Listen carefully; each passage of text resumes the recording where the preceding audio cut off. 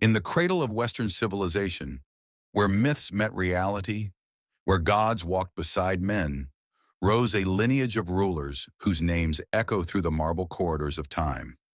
From heroic warriors to cunning statesmen, these are the 10 greatest kings in Greek history. Minos of Crete, 2000 to 1400 BCE.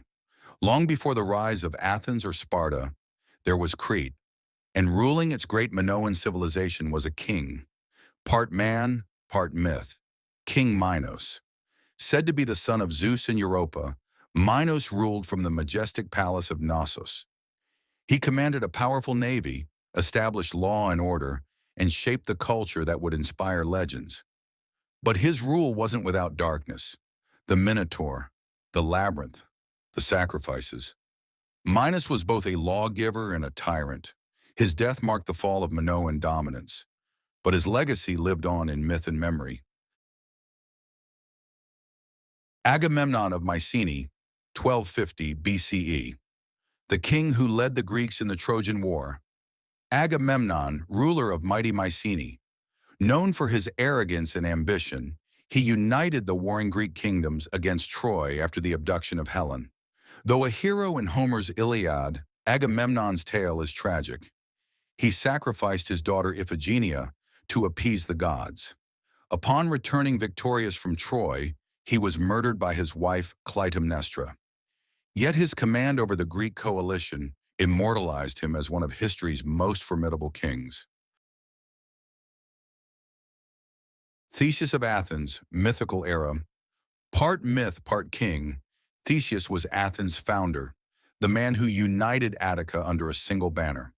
Known for slaying the Minotaur and escaping the labyrinth, his real achievement was political, transforming Athens from scattered villages into a powerful city-state. He established democratic principles, celebrated the first Panathenaic festival, and laid the foundation for Athenian greatness. Theseus was a warrior, a reformer, and a symbol of heroism, blending myth with monarchy. Leonidas I of Sparta, 490 to 480 BCE, Sparta's most iconic king. A warrior of unshakable courage, Leonidas I, who defied the Persian Empire at Thermopylae with just 300 Spartans.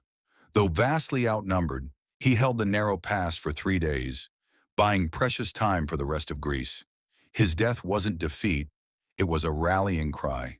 His sacrifice became legend.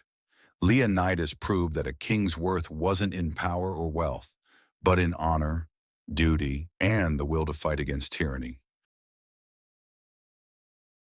Themistocles of Athens, 493 to 472 BCE. Though not a king by title, Themistocles ruled Athens in all but name. A master strategist, he foresaw the Persian threat and built a fleet that would change history. In 480 BCE, his navy crushed Xerxes' forces at the Battle of Salamis. Themistocles was a populist, a visionary, and a cunning tactician. He saved Greece from Persian domination and secured Athens' maritime supremacy. His rise from commoner to supreme leader proved that greatness could be forged in ambition. Pericles of Athens, 461 to 429 BCE, the golden age of Athens, illuminated by the mind and leadership of Pericles. He wasn't a hereditary king, but he ruled the hearts and minds of his people for over 30 years. Under Pericles, Athens built the Parthenon, perfected democracy, and flourished in art, science, and philosophy. He expanded the Athenian Empire and championed the rights of citizens. Though the Peloponnesian War would bring Athens to its knees, Pericles' legacy outlived the city's fall. He shaped what it meant to be Greek. Philip II of Macedon, 359 to 336 BCE. The man who turned Macedonia from a backwater kingdom into a powerhouse. Philip II, father of Alexander the Great. He reformed the army, introduced the deadly phalanx formation, and conquered all of Greece through diplomacy and force. A master of war and politics, Philip laid the foundations for a new empire. He dreamed of invading Persia, But fate would deny him. He was assassinated before he could achieve his final conquest. Yet his son would finish the mission. Alexander the Great, 336 to 323 BCE. The greatest of them all, Alexander the Third of Macedon, a king at 20, a conqueror at heart. In just 13 years, he built the largest empire the world had ever seen, stretching from Greece to Egypt to Persia and all the way to India. He never lost a battle. He spread Greek culture across continents, but his ambition burned too bright. He died at 32, leaving an empire without an heir. Alexander was not just a king, he was a god among men and the greatest military genius in history.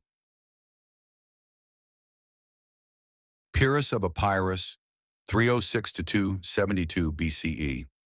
A warrior king whose victories came at great cost. Pyrrhus of Epirus, cousin of Alexander and heir to his spirit. He fought Rome, Sicily, and Macedon. His battles were legendary, but so were his losses. The term Pyrrhic victory comes from him. A win so costly it feels like defeat.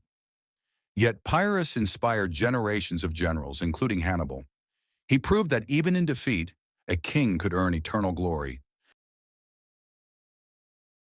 Antiochus III the Great, ER 222 to 187 BCE. Last but not least, Antiochus III, king of the Seleucid Empire, one of the Hellenistic kingdoms born after Alexander's death. He restored his empire's strength, reconquered lost territories, and challenged Rome itself. Though ultimately defeated, Antiochus III was a true Hellenic king, an ambitious unifier in a fractured world. His reign marked the twilight of Greek royal power before Rome swept it all away. From the labyrinth of Crete to the sands of India, from the walls of Troy to the streets of Athens, these kings shaped the destiny of a civilization. They were warriors, visionaries, dreamers, and legends. Their thrones are long gone, but their names echo in eternity.